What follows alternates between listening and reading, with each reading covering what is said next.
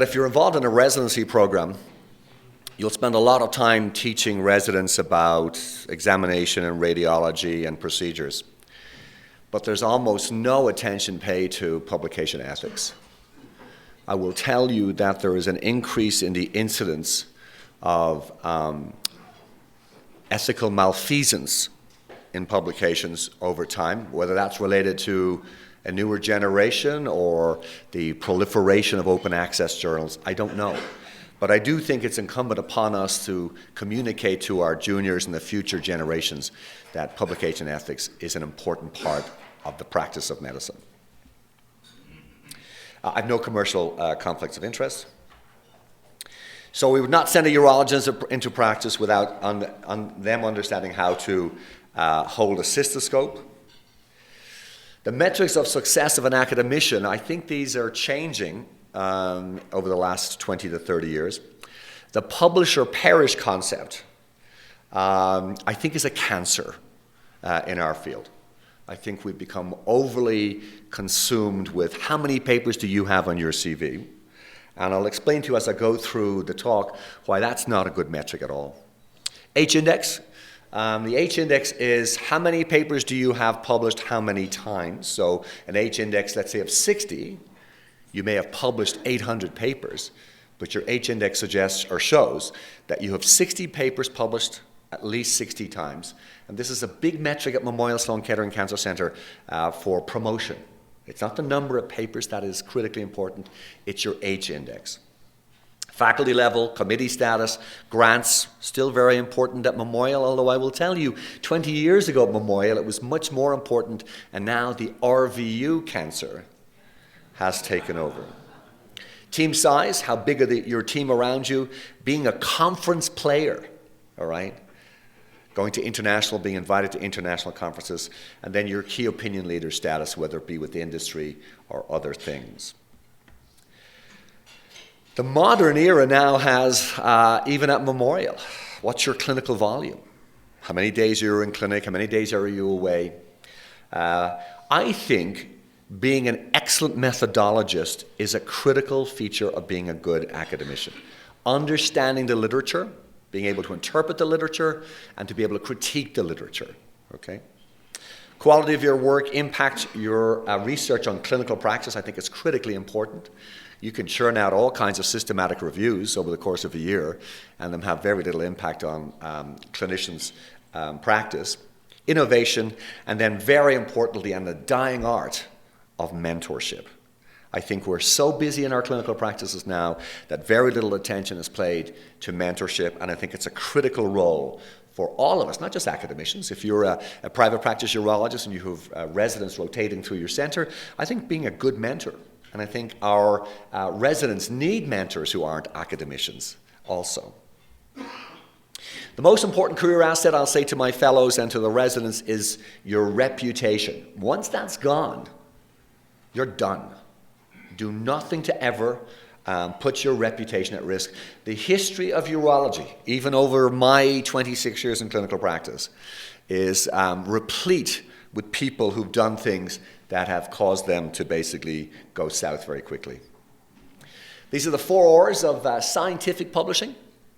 That the paper needs to be relevant to the journal, that the science needs to be rigorous, that it needs to be reproducible, and most importantly, it needs to be readable. I think increasingly we're picking up papers and reading them now, and even I, as a journal editor, struggle with, I don't understand this statistics section that lasts an entire page, right? So the readability of papers is decreasing.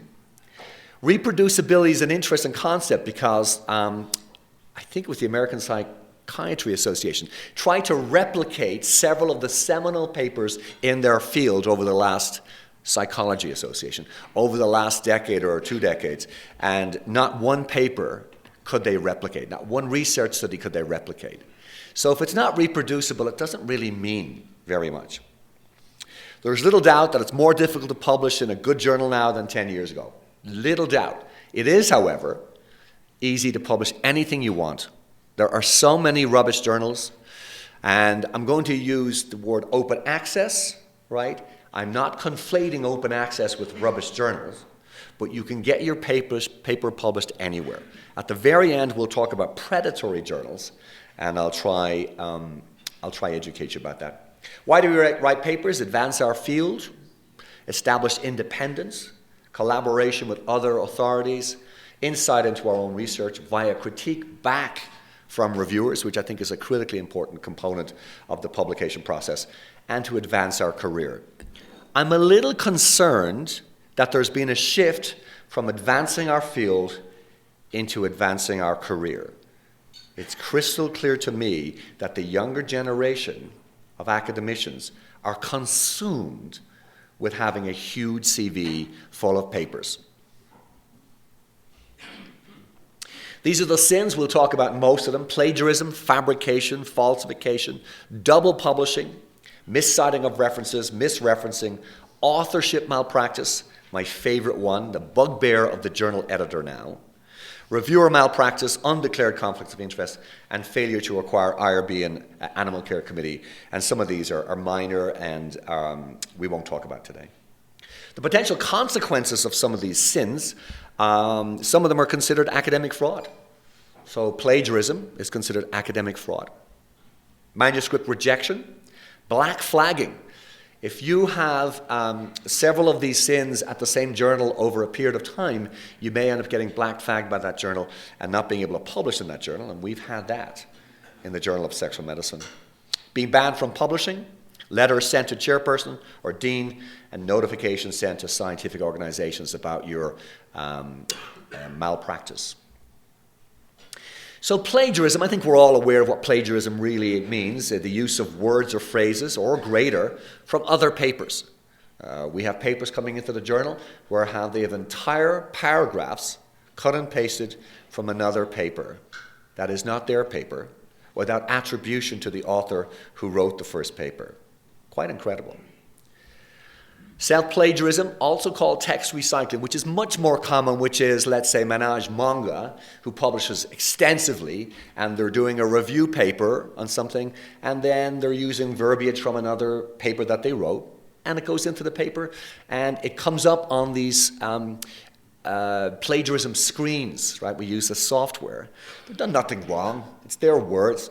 But from a publisher standpoint, the initial words are copyrighted. So we have to change it, okay?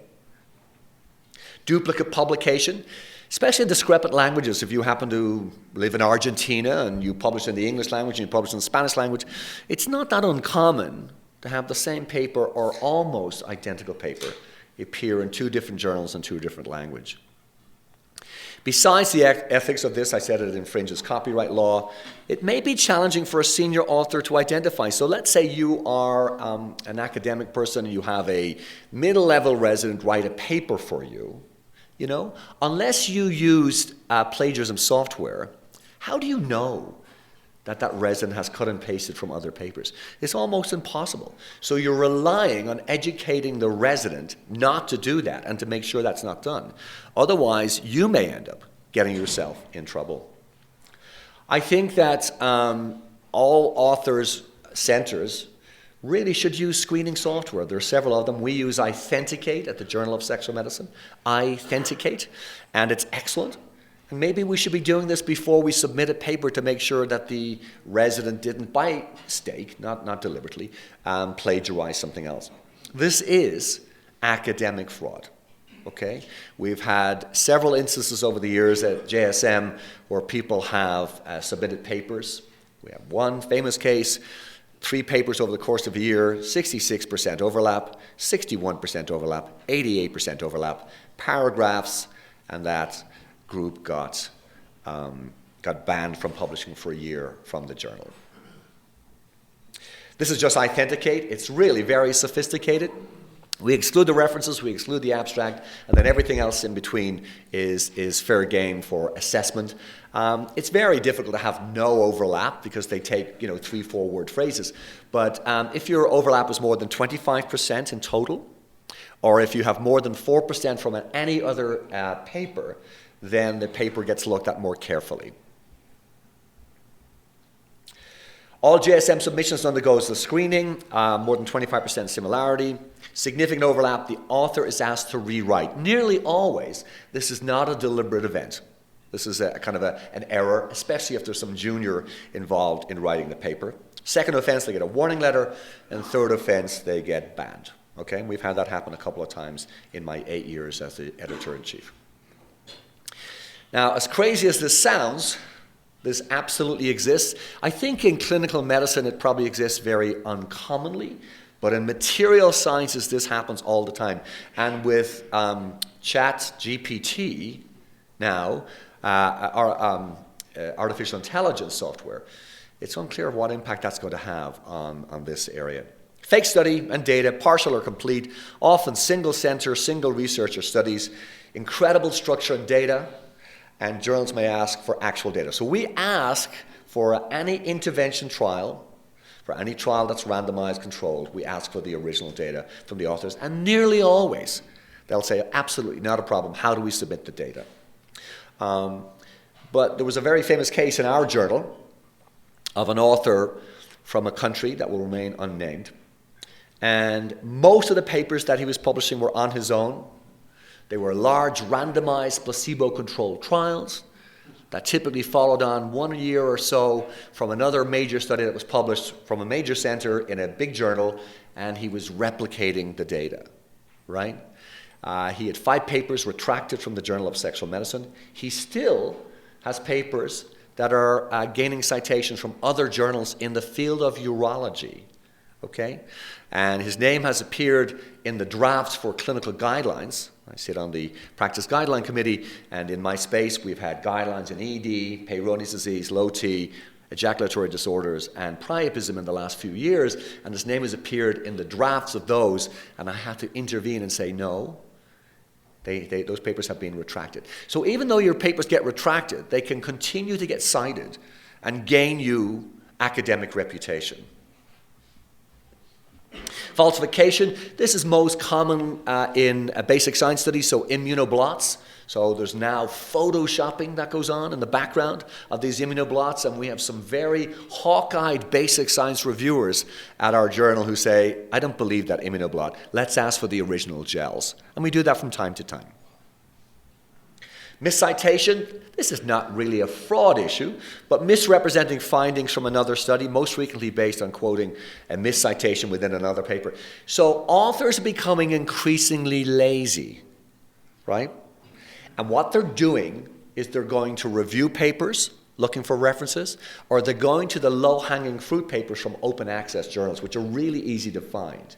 That the amount of effort and time put into really searching for the appropriate reference is getting shorter and shorter, in my opinion, in my experience. What will happen then is you go to a review paper, reference 26, Mulhall, blah, blah, blah. You'll use that reference, but that paper misreferences or miscites another paper, and so you just keep propagating the error. It's important that if you're doing a reference list that it represents the field. I don't do much reviewing for other journals anymore, unless it's what I consider to be an important paper, but I reviewed a paper 2 years ago for a very famous journal in urology, not from the United States, and there are 25 references, and 21 of those references were from that journal, right? So this is a game that's played now in academic urology and journal publishing, where if you build up the number of references in the reference list from your journal, you increase the impact factor in your journal. And that reference list did not represent the field that was in question in the paper. So this is a real problem now, authorship manipulation. We had a paper submitted to us some time ago, a case report of 60, case series of 60 patients with 16 authors on the paper. I was trying to figure out how it took 16 authors to put together a case series of 60 people. And there are places in the world where this is basically just routine. The old thing where you would, the chairman in your department's name would go on the paper, that is now decried by the Committee on Publication Ethics, COPE, which is a very famous and not powerful organization, but respected organization. They decry the concept of putting your chairman's name on the paper unless there's intellectual or physical commitment to the putting together that paper. Adding your friends' names on. There are some people I know who have the world's greatest collection of third author papers because their name just keeps getting added in the middle of a paper. Failing to credit your co-authors. The most vitriolic problems we've had at the journal have been authors saying, I was supposed to be on that paper, right? And why wasn't I? And they've caused all kinds of problems with us having to hold papers back to the point of legal proceedings. We've also had cases where people say, I don't want my name on that paper, even after the paper has been published, because two academicians had a falling out, right? First author criteria, I've no problem with joint first authorship, but the first author really needs to have done the bulk of the work. Joint first author is perfectly okay. Corresponding author, if you're an author, make sure the corresponding authorship is clear so that we know who to get in contact with if we've got questions. Promotion considerations, middle author listing. So at Memorial Sloan Kettering, the number of papers is less important than the journals that they are published in and your H-index, but the number is still important. You know, this authorship manipulation thing is not a victimless crime. For example, we get moved up in our societies, we get invited to international conferences based on our CV, and a significant part of that CV is our publication record. So, you know, if you happen to have 400 papers, 250 of which you're a third or fourth or fifth author, you still get recognition for that. So it's not a victimless crime. This is just an algorithm that's used from the COPE website for how editors should deal with authorship issues. Reviewer malpractice, you're not supposed to urge the authors to cite your work. Sometimes it's difficult not to do that if you were publishing in a very small space, but technically speaking, you're discouraged from saying, please add in these three papers, and all those 3 papers are your papers as a reviewer. Competing interests, misappropriation of authors' research ideas. I don't know of any cases in urology where that has happened, but certainly in material sciences, rejecting the paper, taking the idea, and publishing something similar within a 6-month period of time. Manuscript decision by a reviewer who is an editorial board member of another journal, so the competition between journals. I have to say, in my space and in urology, there is tremendous collegiality between the journals, so I think we all get on very well. But certainly in some areas of medicine and material sciences, physical sciences, that's not the case. Inappropriate language within review. So we sometimes have to edit the reviewers. We go to the reviewer and say, you can't use that word, you can't use that phrase, you can't say that because they're just insulting to the authors.